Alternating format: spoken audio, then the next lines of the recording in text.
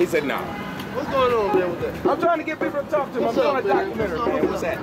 Even that's my table. I got a customer I got to break. What's going on, man? Hey, look, I'm trying to find out what is a coon. I've been called a coon a couple times, and I don't know what it is, so maybe you can help me out. What's a coon? You laughing? No, I'm going to tell you what, man. I'm from South Carolina, you know what I mean? I'm from Charleston. The only damn coon I know is a raccoon. You know what I mean? And I had him attack me a few times. So other than what's a coon, man, I don't know other than that, brother. You serious? Because that's what they keep calling me, a coon. I don't know what it means. What? I don't know what that means, brother. I really don't. I really don't. And I mean, I'm not really from New York, so maybe it's a slang that's a New York thing, but I'm from South Carolina, so that's the only thing I know. Well, I don't think it's just a New York thing. This is internet thing. A coon? Yeah. I don't know. C-O-O-N? C-O-O-N. To be honest, come here, young man. Yeah, yo, come here, man. You gotta help us out. Yeah, help us out, We're doing a documentary. Yeah, what? Yeah. In a documentary, what we're gonna talk about is this word. Have you ever heard of this word? Yesterday, I got called a coon. Yes. What is a coon? Well, back in the days, rather, I don't know the exact definition of this derogatory. It's a derogatory term that white people used to call black people. I've even heard black people refer to it. So if it's a derogatory term that white people call black people, why would black people call each other that? Why would black people? That's a personal thing. Like, you know, like, I may not call somebody a coon. He may call somebody a coon for a different reason. This is John Doe. He may think it was something else. That's personal. Like, why is this person arrogant? This person not arrogant? You know, that's personal. Now, we were talking with the brothers over there, and they was telling us one of the biggest problems, because I might see if you can give me, are you a Harlem resident? I'm from Mississippi. Southern, but we all Southern boys. Okay, where y'all from? Atlanta, Charleston. Okay, I'm from Hattiesburg, Mississippi. All right, so let me ask you, what do you think is probably one of the biggest issues facing black people today? I'm gonna give you one. That's I think that's too deep, but not deep, but like there are so many things that's wrong. The brother over there said education. He said we are undereducated, and he had to change one thing. Education is not meant for everybody, so I don't think that's the biggest issue. You know, family unit. Family. I think that's too big of a question to narrow it down to just one. Well, we thinking about voting you in after Obama, so you got to give us a solution. I'm gonna call you Mr. Solutions. You'll call me Mr. Solutions. That's we're gonna put up a billboard, Mr. Solutions, 2016. I think family, education, morals is all. One is not bigger than the other. They all equal. I would put them on the same field. Education, work habits, family, personal issues, morals, all of that. Religion, spirituality, all of that. You don't think black folks are overly religious? Like religion is one of the things that hurt us? I think religion... Because we all follow the white man's religion when we follow, well, especially with Catholics, Christian. I think again, that's a personal, like, joint, like, you can... I think that's a personal statement. Like, some people look at religion... Well, for me personally, I think it's more about spirituality versus religion. I agree with that. You know I agree with spirituality. Religion. And then, like, I could go to a Methodist church, a Baptist church, blah, blah, blah, whatever, and take what relates to me in my life and use it to help me. I could go to a mosque. Here we are here on 125th Street in Harlem. Just take a look around. We got the state building in the background. We got people all over the place. I got more hair on her arms than I do on the neck. You saw that guy. What else do y'all do documentaries on? I'm a writer, man. I love... You never heard of me? Tom and TJ. He never heard of me. That's embarrassing. Well, see, I'm not from here. I've been here 2 weeks. I'm here doing an internship just for the summer. Well, I'm doing a documentary this summer called Fatherless America, talking about how the Americans, one of the biggest problems that America has is that fathers are being devalued. Basically, you don't need one. No, you know what? I was on a panel last semester in school, and you always hear father this, father blah, blah, blah, blah, blah. What you doing? Like, you plugging that into that kid's head. You get what I'm saying? So we plugging that. That's on the newspapers. It's the magazines. You go to school, kids here. You know, when your father's not at home, you know, kids allowed to do this. So this kid, without a father, he's hearing that. He's been hearing that for 18 years. He's been hearing that for 10 years, 18 years. You know what I'm saying? And he believe in that now. That's giving him an excuse. Well, so what's the way around it then? If he's not studying, man, after studies. Start talking about the fathers. What kids are doing without a father. I don't know my dad. I'm a college student. I'm up here. I'm from Cottonwood, Mississippi. I'm up here interning with 2 of the biggest hip hop magazines in the United States of America. I'm a McNair scholar. I don't even know my dad. Period. Like so you like LeBron James? You didn't need no dad. That's fathers are important, but when we started hearing father's not in the home, blah blah blah blah blah blah. This is life. Okay, well, what about father's not in the home? But look, you can go do this. You can film a documentary. Your father in the home. That's bullshit. Yeah, my father wasn't in the home, and you doing a documentary about that. Because I'm trying to talk about the effects of it though. Like we talking about, look at what happened with a lot of these young Okay, but look at what happened to you when your father was in the home. Well, let me ask you something. Does the exception destroy the rule or prove it? Does the exception destroy the rule? No. There's the exception. See, you and I are typically the exception. If you look around here, a lot of the brothers, if you see them out here fighting, they on drugs, blah, blah, blah, you ask them what their dad was, they'll tell you they didn't know.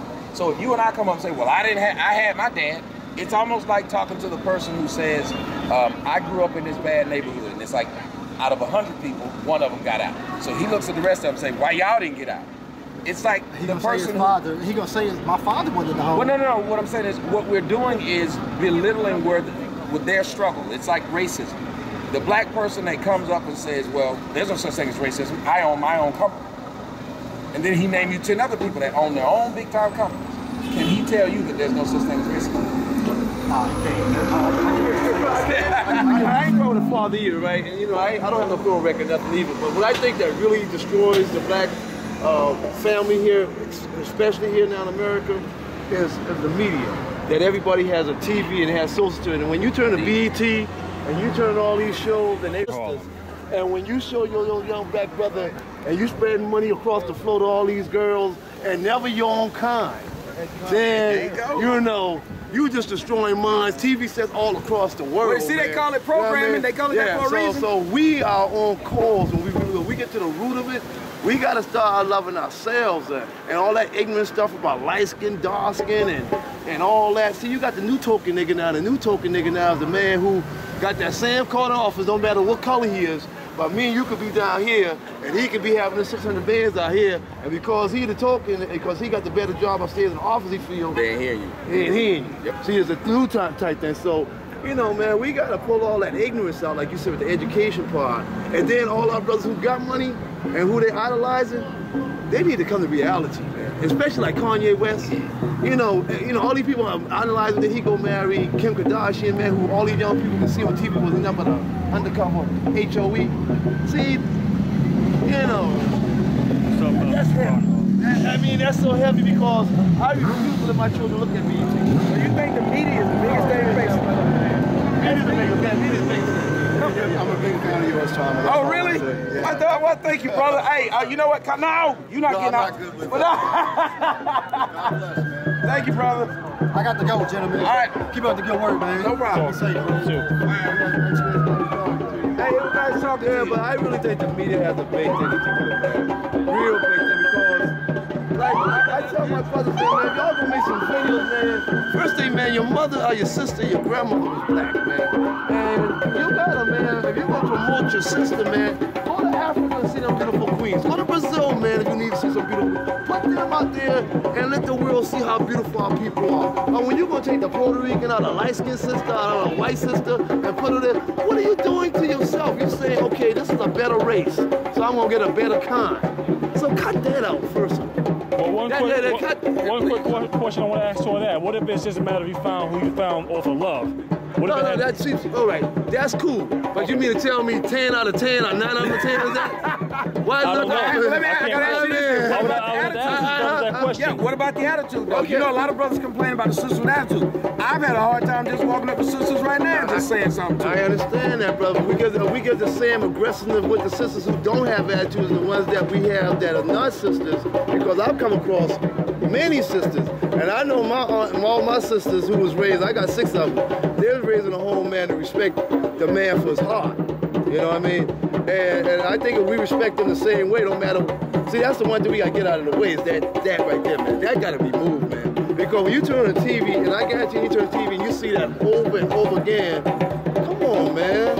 It weighs on you. Man, it weighs on you, man. It weighs on you, man, you know?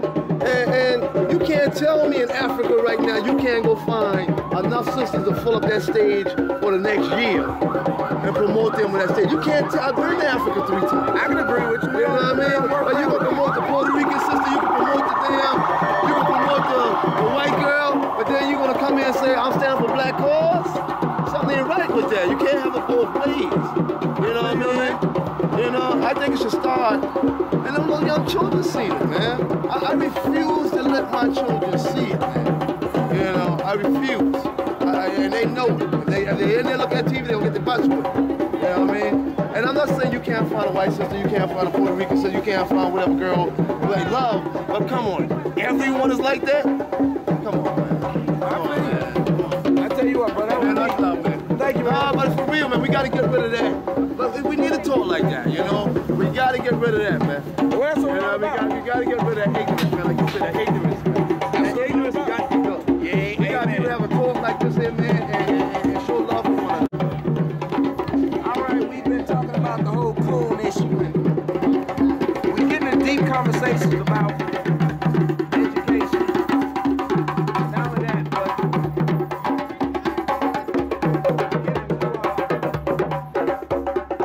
actually got into a discussion about interracial dating. I was shocked to hear that. What do you think about what the brother said about the interracial dating part? Well, I think a lot of these people really don't get the point. Now, when it comes down to dating, I don't care who the hell somebody dates. Who you find is who you find. If you happen to have luck with the sisters, cool. If that don't work, and you tried the sisters, but a white woman happens to work or a Hispanic woman happens to work, cool. But the thing is with me, is you gotta actually sit down and talk to these brothers and ask them, how is it that you winded up with a woman of a different color?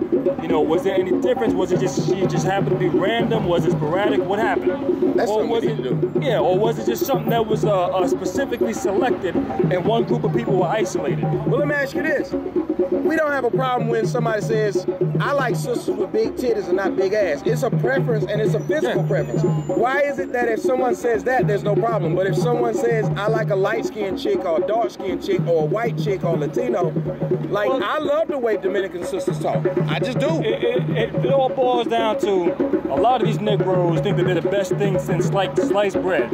And if you don't look at them in the same light, the same way they use shaming tactics because certain people don't agree with their opinion or see differently, all of a sudden they'll use those same shaming tactics when it comes down to who the hell you date. Me personally, I say it's like this. If I'm looking at another black man dating a white woman, shit, that's more for me. Exactly. If you believe that, thank you. Please say that again. If I'm looking at a white man or black men dating white women out or women out the race, then shit, that's more sisters for me. That's more access I got. But if I'm looking at them taking or they're constantly dating in the race, that's more competition I got to deal with. So it really, I could care less who somebody dates. That's like getting mad if you trying to look for a job here in Harlem. That's literally like getting mad that niggas in Harlem are getting jobs outside of Harlem and aren't working here, but you looking for a job here. And it's equivalent to black folks deciding to move out of the ghetto and moving with the white folks. What do they say about them? You know what I mean? The bottom line is this. Unfortunately, when it comes down to a lot of black women, they fit stereotypes that make it difficult. It's not every last one of them, but unfortunately, you do have a lot of them that fit certain stereotypes that put them in a certain light where people don't look at them and it becomes difficult. I've had a fair share, and I date black women. And I've gone through numerous different problems, and even still to this day, I still continue to date them. But like I said, with me, it's all a matter of what I like. I really don't have a preference on what skin complexion or whatever. I like big titties and big asses. If you got that, we good to go. That's why, I mean, that's the best way I can put it. I like that.